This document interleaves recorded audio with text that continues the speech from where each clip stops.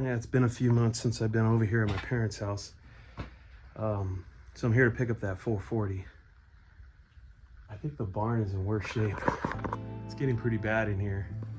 See the rotten roof, holes everywhere. Big section gone there.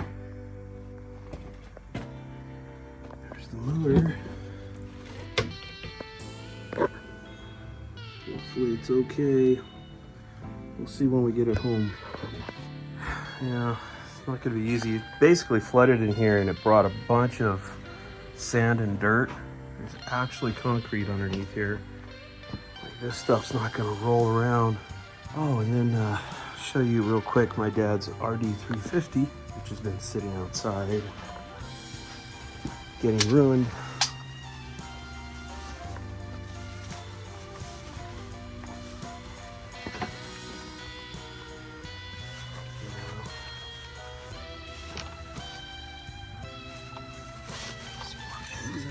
Thing.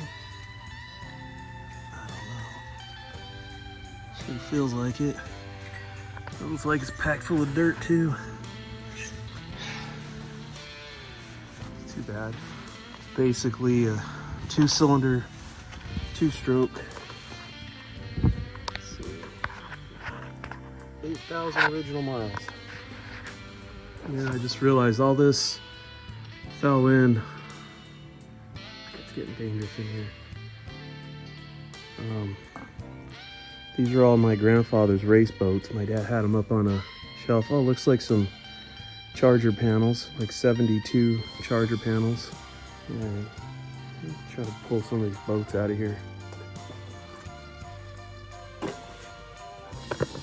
Yamaha gas tank. I mean, this is just what happens. It's Mother Nature reclaiming everything, you know?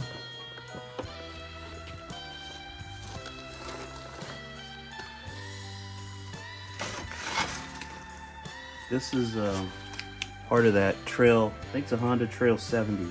These would hook onto your back bumper and then you would set the motorcycle in here like this.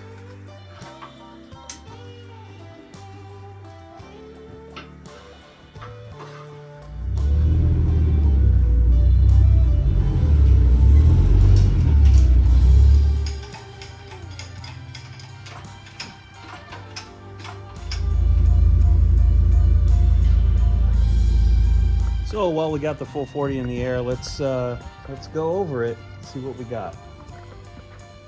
So I know it's a late model, and the dead giveaway is that it's a cast crank, and you could tell a cast crank because the harmonic balancer on it is huge. All right, let's start with the casting date, which would be on the passenger side, just below the deck. So it was cast August 12th, 1972. And this casting also gives away the fact that it's a 440. How you can identify a 440 is 440s, or I should say, raised decks have this boss right here with the engine cubic inches stamped into it. If this was a low deck, it wouldn't have this. This would just be kind of lower. There wouldn't be this pad here. And the surface deck would be further down on this surface.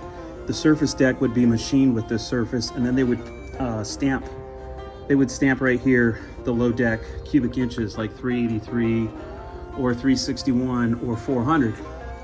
On the 440, there's nothing there. Kind of gives you an idea too of the difference between a raised deck. It's about that much versus a low deck. And from this side, you can see it better. There you go. J440X. And we have down here, it's like 216. Let me get the wire wheel and clean that up better. Okay. Oh, we got a Maltese cross too. See that? There we go. We can see that. J440X Maltese cross 216E2. So I know the Maltese cross means 10 thousandths under on the main bearings. I'm not sure what the X means. And then we got J440. I believe this is the machine date, so it would have been February 16th. E2, I'm not sure about. But so the J, so I know E is 69, so F would be 70, G would be 71, H would be 72, I would be 73, and J would be 74. So that would make this a 74. This was in a 74. Okay. So if you recall, you go, but wait, this was cast in 72, August of 72. Well, a lot of times these things got cast and then they just got thrown out in the field to cure. They usually would sit outside to settle and cure, you know, for several months. So usually the casting date is way ahead of the machine date. Now 72 to 74 is a big difference. I've never seen a spread that wide before. All I could say is this block probably got overlooked for a long time before it was actually grabbed and put into circulation, put into queue to get machined. The other thing too, so if this was some other giveaway, you see this webbing that's in here? I believe 70 or 71 is when they started doing this. So the older blocks don't have this stronger webbing. I know 69s and older don't have that. That's kind of a giveaway. This pad right here, there's a flat machine pad. We'll clean it up. They put the VIN, they would stamp the VIN number here. By the way, they don't put the full VIN. So 3D22768, possibly a 1. Okay, so if this was like a Charger, it would have been XP29. The engine would have been like, say, a 440 would have been a U. And then 3 is the year of the car. So this is in fact a 3. I wonder if they skipped over I. Maybe because the I could look like a 1. They might have skipped over it. Not 100% sure, but that would make sense. It's a 73. It was cast late 72, August of 72. And then it's February 73 because we know February 16th is when it got machined. So it doesn't really, you know, other than the J giving away the year. So it's a 73. Now this also had a smog pump on it with the pipes to the exhaust manifolds and all that. Also a giveaway that it's a later engine.